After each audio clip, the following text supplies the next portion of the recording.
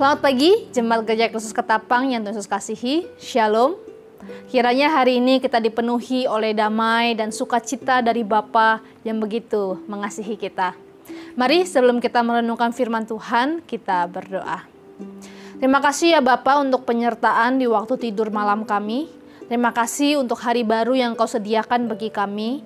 Dan sekarang kami mau membaca dan merenungkan firman-Mu. Berbicaralah ya Tuhan, kami siap mendengar.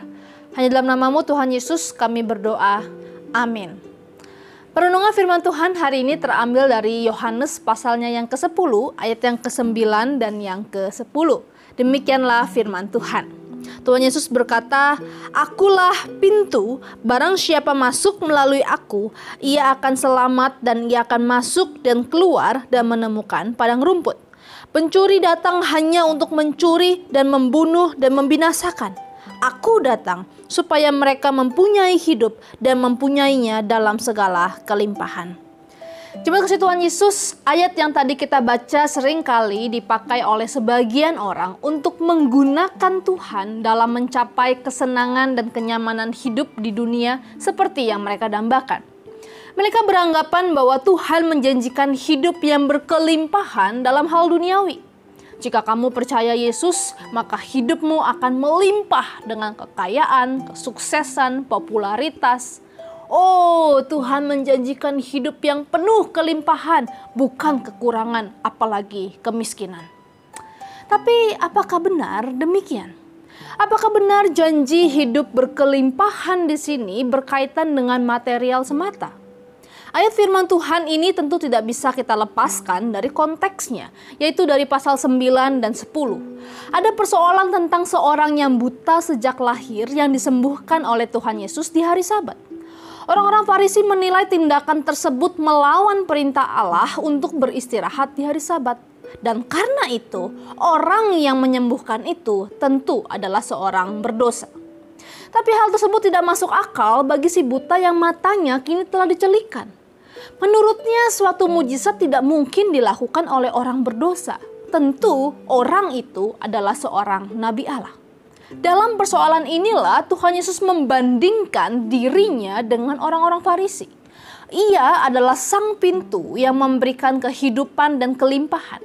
Sedangkan orang Farisi adalah para pencuri yang mencuri, membunuh, dan membinasakan. 3 kata kerja ini, mencuri, membunuh, dan membinasakan, bukan dalam pengertian harfiah.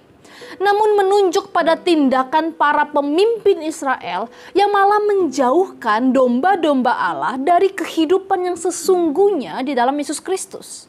Mereka inilah yang menyesatkan para domba Allah. Mereka jugalah yang membiarkan para domba itu terhilang karena tidak dipimpin untuk datang kepada Yesus. Sehingga domba-domba Allah itu kehilangan hidup yang kekal dan yang sejati di dalam Allah. Hal ini jauh berbeda dengan apa yang dilakukan oleh Tuhan Yesus. Ia adalah sang pintu sekaligus sang gembala yang baik. Ia datang ke dunia untuk memberi kehidupan di dalam kelimpahan.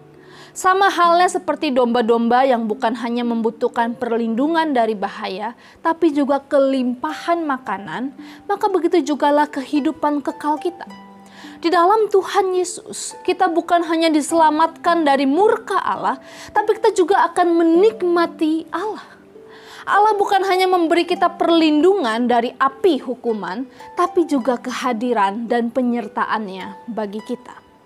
Jemaat kasih Tuhan Yesus, inilah yang membuat hidup kita penuh dengan kelimpahan di dalam Kristus. Kematian tak lagi menakutkan kita karena Tuhan Yesus sudah mengalahkannya melalui kebangkitannya. Kita sepenuhnya dikasihi oleh Allah, bahkan tak ada masa lalu yang terlalu kelam yang menghalangi kasih Allah bagi kita.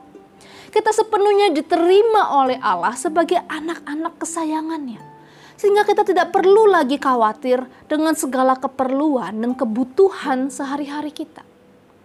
Hanya di dalam Kristus, kehidupan kita telah terjamin pasti di tangannya.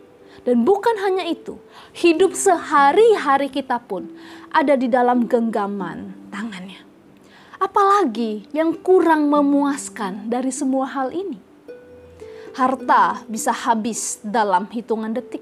Rumah mewah bisa hangus terbakar dalam hitungan menit. Kesehatan bisa lenyap dalam sekejap. Tapi Allah dengan segala kasih dan penyertaannya selalu nyata hadir bagi kita. Karena itu jemaat yang dikasih Tuhan Yesus, mari datanglah hanya kepada Yesus. Berserahlah kepadanya. Maka sungguh Ia akan turun tangan, menolong dan menyertai setiap langkah kita. Maukah engkau percaya akan hal ini? Mari kita berdoa. Bapa kami yang baik, tolong kami untuk senantiasa merasakan kehadiran dan penyertaan-Mu dalam hidup kami. Tolong kami agar di tengah pergumulan dan masalah hidup kami dimampukan untuk melihat dengan mata iman Engkau yang turut bekerja, merancangkan yang baik bagi kami. Kuatkan kami ya Tuhan melalui firman-Mu. Hanya di dalam nama Tuhan Yesus kami berdoa. Amin.